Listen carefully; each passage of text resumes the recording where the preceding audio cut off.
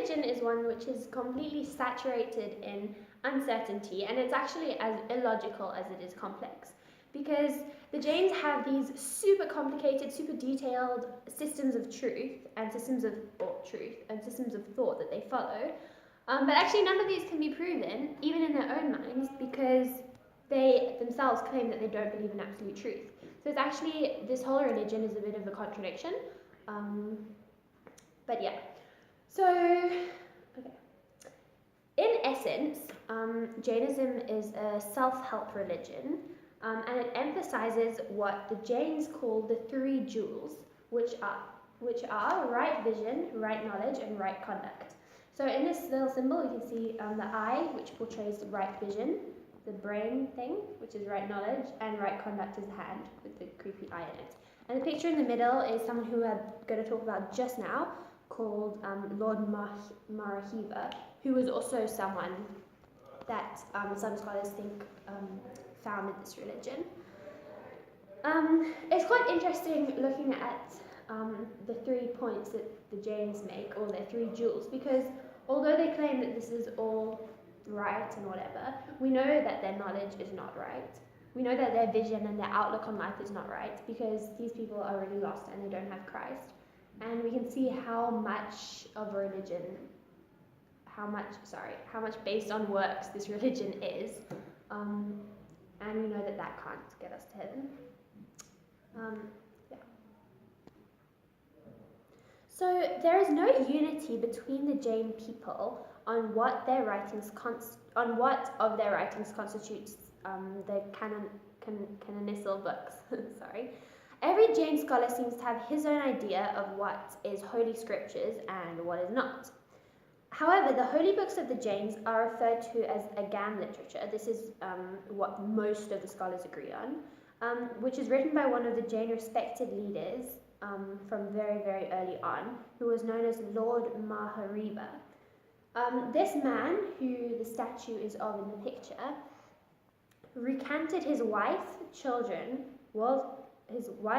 worldly life, and even the wearing of clothes, to become a wandering ascetic suffering under persecution. So after 14 years of this way of life, Lord Mahariva believed that he had reached enlightenment, and he began preaching out his doctrine. This preaching was methodically compiled by his followers into many texts. These texts are collectively known as the Agams, the sacred books of the Jain religion.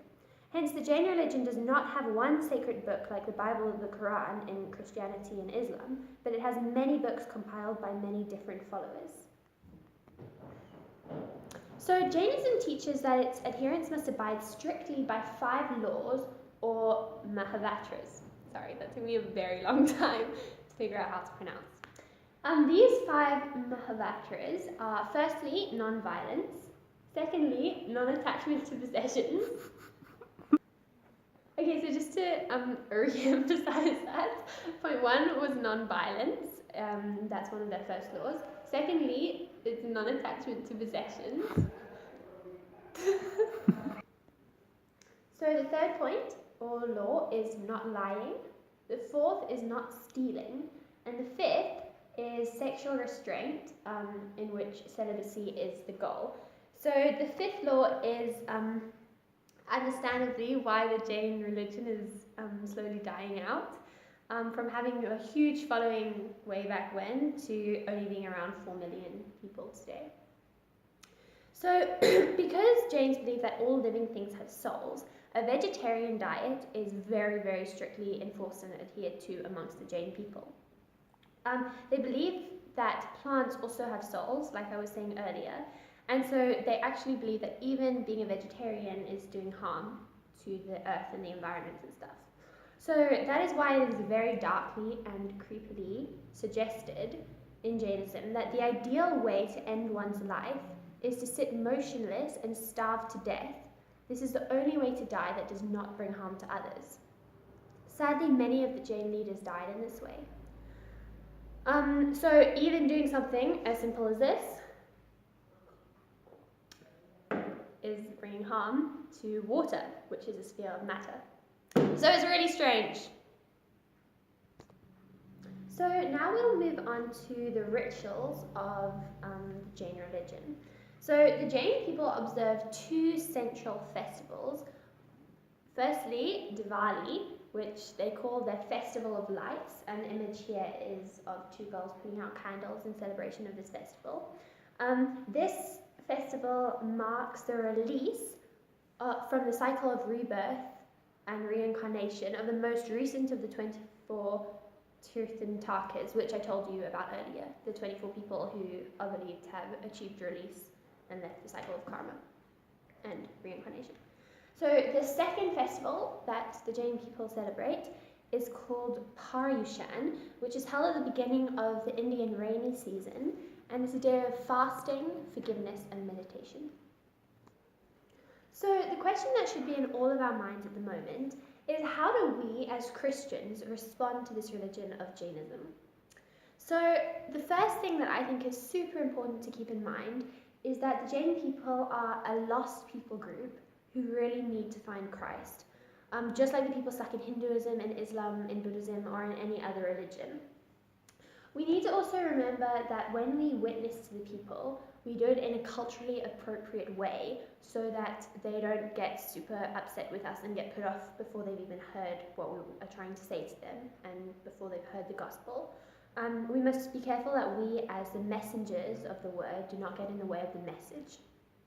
So when witnessing in a Jain community, we need to take Paul's example in 1 Corinthians chapter 9, where he says, "To the Jews I became like a Jew to win them. To those under the law I became like one under the law, though I myself am not under the law, so as to win those under the law." So perhaps I can suggest that being an effective witness for Christ to the Jain people could mean giving up things that we really enjoy. So, for example, taking on a vegetarian diet or something like that. So, the next thing that we need to remember is that Jains live in very secluded communities. Usually you'll get people of the religion all living in groups together. So breaking into their group on a social level... Sorry for that interruption. That was just one of our Adumanis saying that broccoli is unholy. So he's wrong in this context. We need to have a vegetarian... Okay, whatever. Okay, we need to remember that... I already said this! We also need to remember that the Jain people usually live in very secluded communities. So breaking into their group on a social level is really difficult just in itself.